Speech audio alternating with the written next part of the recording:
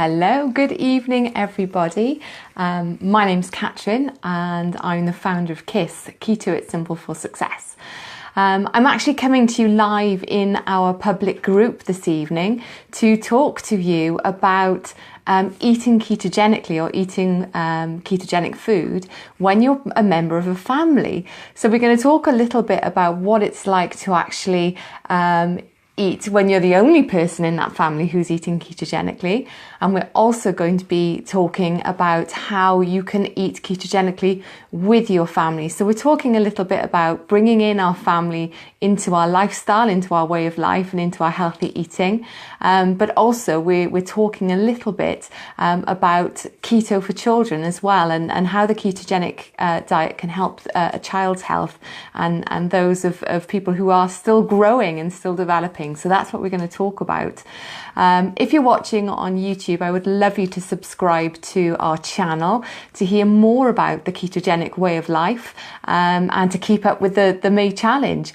All the resources that you need, so for the challenge or to join our Facebook group where I'm currently live, or to have a look at our 28-day meal plan and beginner's guide, all the links that you need are below. So do check out the video description. I do apologise for my little dog who's just come to visit. She's very cute. See if she can see the camera. Say hello. This is Cookie, everybody, and she wants to star in the video this evening. Okie dokie, she'll go and sit by there. She's a very good girl. Okay, so like I said, we're going to talk about families and the ketogenic way of life. It is live, so if you want to make a comment or ask a question regarding eating keto in a family situation, or where there's more than one person that you have to worry about. So yeah, do ask questions and leave a comment for me. Okay, so let's start off then. The first thing I want to talk about is how do we eat ketogenically when we're the only person in our family who has any interest in doing it. Now, this is something that I have a little bit of personal experience with. And what I have found is that over time, things get far easier. But when you start off, it can be difficult. Not just practically, but also the emotional side of it, having to explain to people why it's important to you, and having people potentially not liking the fact that things are changing in the household, or the things that they loved aren't in the cupboards and things like this. So there is a lot to think about when we're talking about being ketogenic in that sort of household where there aren't any other keto eaters. Some of the strategies that I've come up with is firstly meal preparation. So I do a lot of meal preparation on a Sunday.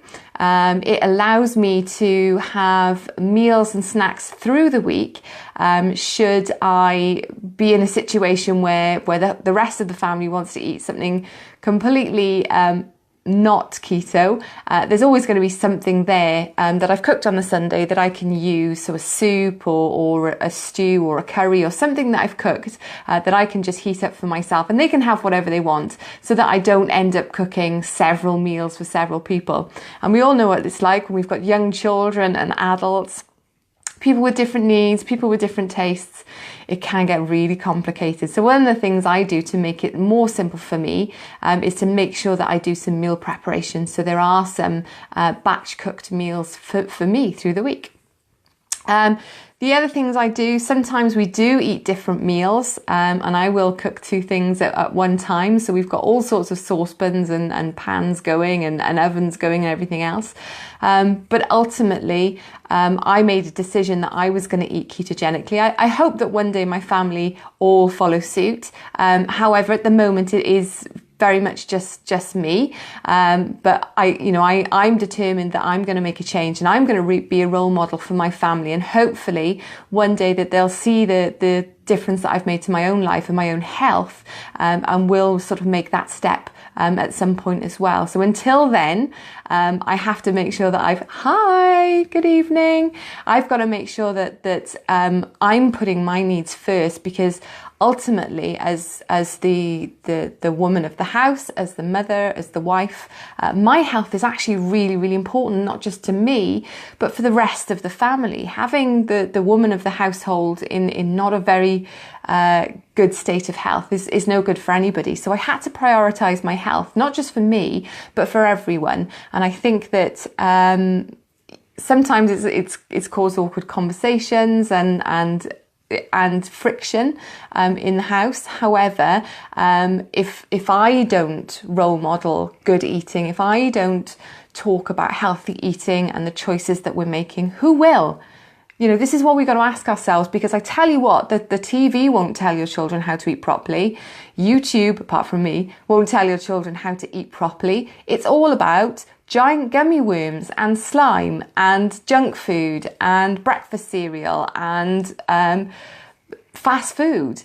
You know, the only people who can teach our families and the generation to come how to eat properly is us. So, you know, whether or not they're with me just yet, at least through their life, they will have that information about how to eat whole foods, how to remove processed foods from the diet, how to shop for whole foods, how to read a food label, all these things that you're sort of passing on. So yeah, hopefully one day it'll pass on and rub off on them. Okie dokie. So, other things that I do then, we've started to eat a lot more keto meals as a family. And I think once you start producing really tasty, hearty keto meals, there's no reason that the rest of the family won't want a piece of it. So I think that, you know, having, for example, the 28-day plan where all the recipes, and some of them are quite family favourites. You've got your lasagnas in there, you've got your curries in there, you've got your pizzas in there. You know, all the family favourites, all the normal meals that people are used to seeing are in the plan. And all we've done is either remove the carbs or substituted the carbs in that meal. So we do eat quite a lot of keto friendly meals now as a family. So we are eating slightly less bread and less rice and less pasta and less potatoes and things like that. And our meals are more heavy on the meat and the fat and the vegetables. And it seems to be absolutely fine. So people just aren't having tantrums over the lack of rice or anything else, because ultimately the tasty stuff was always the stuff that went on the side with the rice. So we're still having that and keeping everyone reasonably happy. We still have to make adjustments for a 7-year-old who likes things in a very certain way. However, in terms of the adults in the house, then we're tending to eat more and more keto food and just moving away from the white starchy stuff that we used to have on the side anyway. And then what I'm finding is that I'm done obviously after my meal, and then if anyone else wants to find other things, then you know, they're adults and they can make that decision. Okay, so is it healthy then for other adults in the household to be eating ketogenic food? Well, yes, there's nothing unhealthy about ketogenic food. We're talking about whole foods. We're talking about fats that do not increase the risk of heart disease. I had a sweet cider drink on the weekend, and since I've been craving sugar, I didn't realise how much we need to avoid all sugars.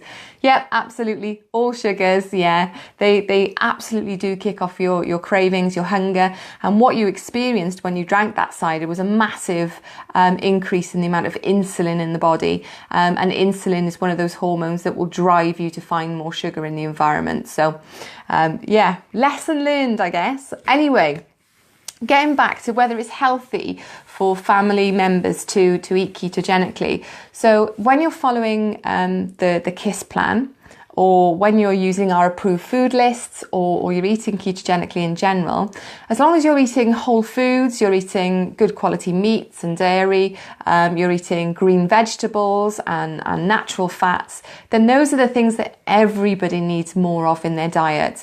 So all you're doing is increasing the amount of meals that person has, which are which are good for them.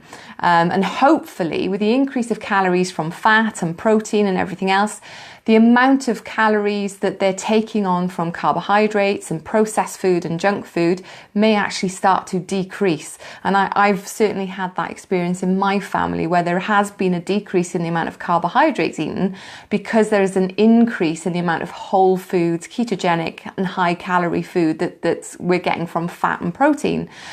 So I think that we're almost crowding out the junk with good food, and I think that's always a good thing for everybody in the family. So a lot of people worry that they're adding fat into someone else's diet. Well, we need to let go of our fear of fat. It is not the fat in their diet that's going to cause them the issue. It's the fact that they're still eating refined carbohydrates or a high carbohydrate diet. That is their issue.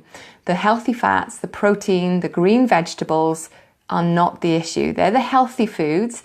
The other foods that they're eating are the issue. And all we can do, because we can't really force other adults to eat ketogenically, all we can do is role model and try to crowd out the junk with really, really good food. And I find that quite a good strategy, actually, is to, put a plate of really healthy food in front of someone, plenty of it as well, fill them up. And suddenly that desire for desserts and treats and everything else starts to diminish, because they do actually feel full, because you have given them that satisfying meal. So hopefully that's a technique that will work in your house as well. So that's the adults then. Let's talk about children. Is it healthy then for children to eat ketogenic food? Well, believe it or not, the ketogenic diet was actually developed for children. It was used as a treatment for epilepsy, seizures in children. Yeah. So ketogenic diet was definitely developed for children. What it does for children is it provides the brain with a preferenced source of fuel. So as we've discussed in our previous videos, some cells in the body prefer to burn fat, and the brain is one of them. And when the brain is growing, it has an increased requirement for energy. And one of the things that we know can help with seizures and epilepsy and cognitive function for children and brain development is actually increasing the amount of natural fat in their diet. So you give the brain the fuel it needs to not just work correctly, but to develop and grow. So one of the best things that we can possibly do for our children is to increase the amount of natural good fats in their diet. So I'm talking about things like full fat dairy products, so our cheeses and our butters and our cream. I'm talking about animal fat, so saturated fat that quite quickly gets turned into energy in the body. And I'm also talking about things like coconut oil and omega-3s. Now, coconut oil very quickly turns into ketones, which the brain absolutely loves. But the other one is omega-3. And we know that omega-3 is really, really key for the brain. The brain needs omega-3. The brain is a fatty organ. It's made out of fat and requires this process of regeneration. It requires fat in order to run. So giving our children omega-3s either from oily fish or by supplementing with omega-3, which can be easier if you've got fussy children, because you can get omega-3 supplements quite easily and quite easily get them into their diets that way. If they won't swallow a gel capsule, what I've actually found is obviously it's just oil inside the gel.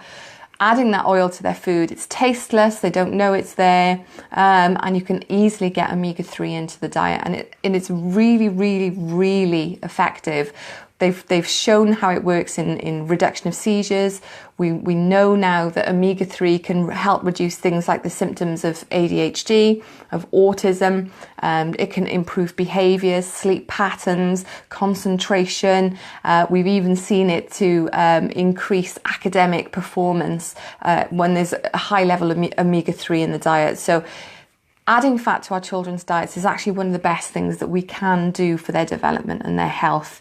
And of course, it's that setting the tone for the health for the rest of their lives. And it's trying to chip away at some of this low fat, nonsense that we've been told, to make sure that they understand that whole foods from natural sources are what the body needs. So in terms of how do we go about this? How do we make it healthy for our children? How do we make this balanced? Well, obviously we want a high fat diet. Ketogenic living is high fat because that's where we get our energy from. But it's also important not to reduce too much the amount of protein that children eat. Protein is vital for growth. It's vital for their development. So we don't restrict protein in a child's diet, and we allow animal products and dairy and meat and fish and poultry and all those great whole foods. They should absolutely be part of the child's diet. But the high fat version, so make sure you're buying fatty cuts, the same as you would for your own ketogenic lifestyle. High fat foods for children are excellent. And of course, you'll crowd out the calories from the carbohydrates and the sugar, which is good. So next thing we need to think about then, talking about calories, is obviously we do not restrict the calories in a child's diet, even if we're looking to reduce the weight of the child, because we know that calories have nothing to do with our obesity. They have nothing to do with the amount of fat that we store in our body.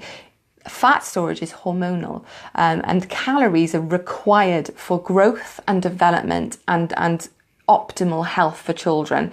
So what we don't do is reduce the amount of food our children eat. What we do is improve the quality of the food, and we feed them to hunger, which we should be doing for ourselves as well. So we're making sure that they're having high quality protein, high quality fats, the green vegetables as much as we possibly can. But I wouldn't freak out about it. You don't have to force feed your children vegetables. Believe it or not, evolution has made children very fussy about vegetables, and it just goes to show that their actual needs are more towards fat and protein, which is what we now know that children's bodies need.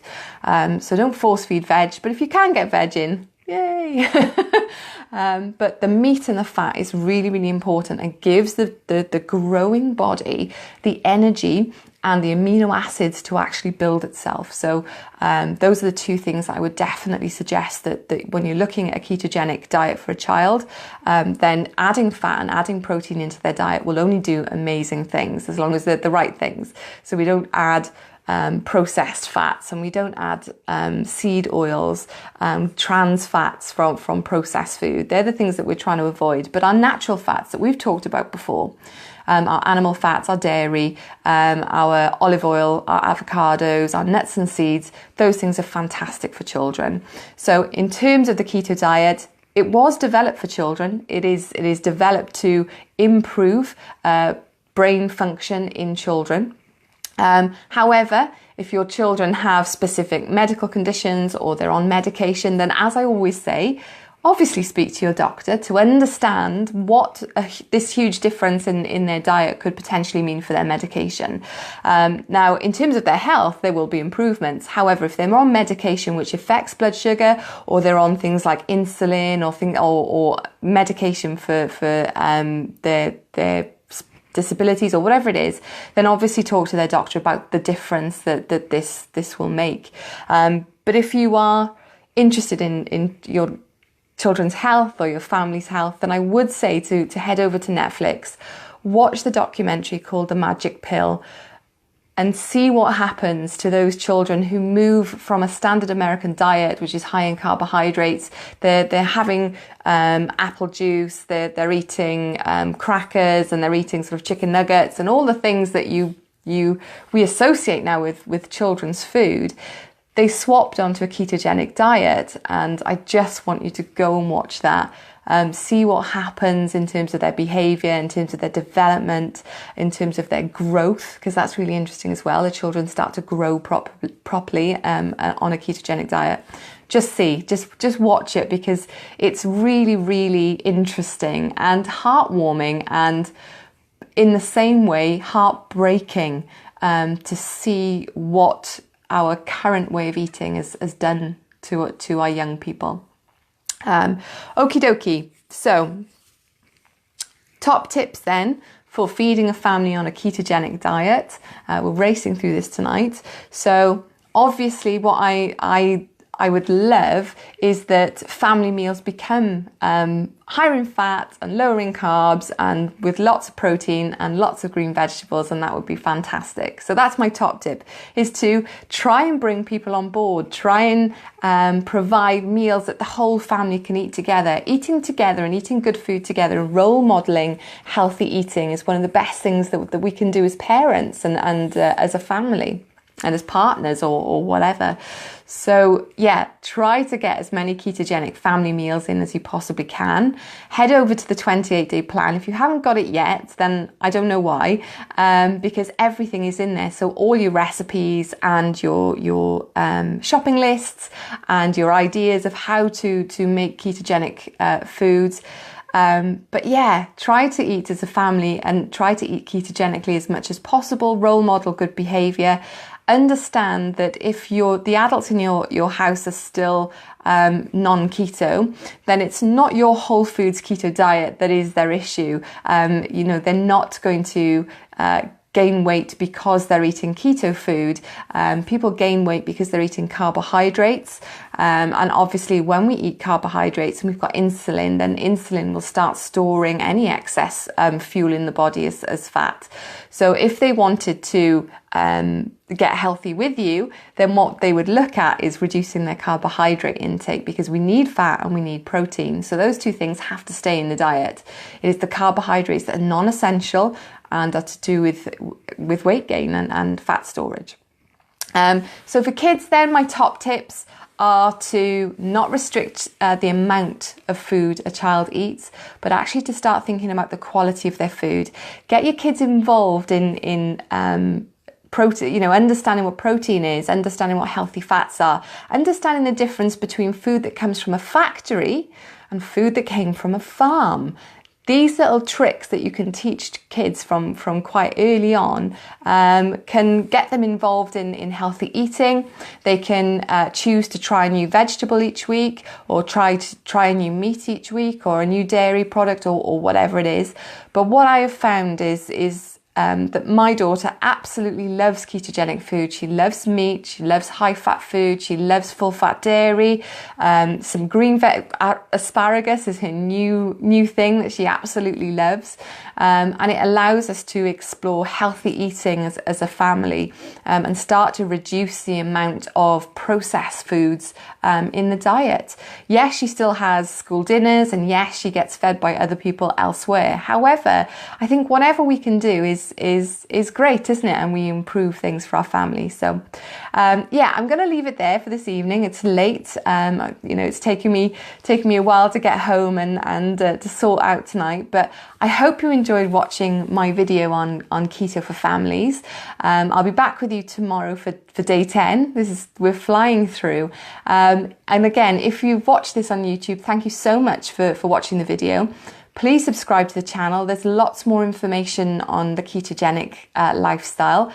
Come into the Facebook group as well and see all the links below the video, and come and say hello in our community and join us. Anyway, I'm off. Cheerio. Bye.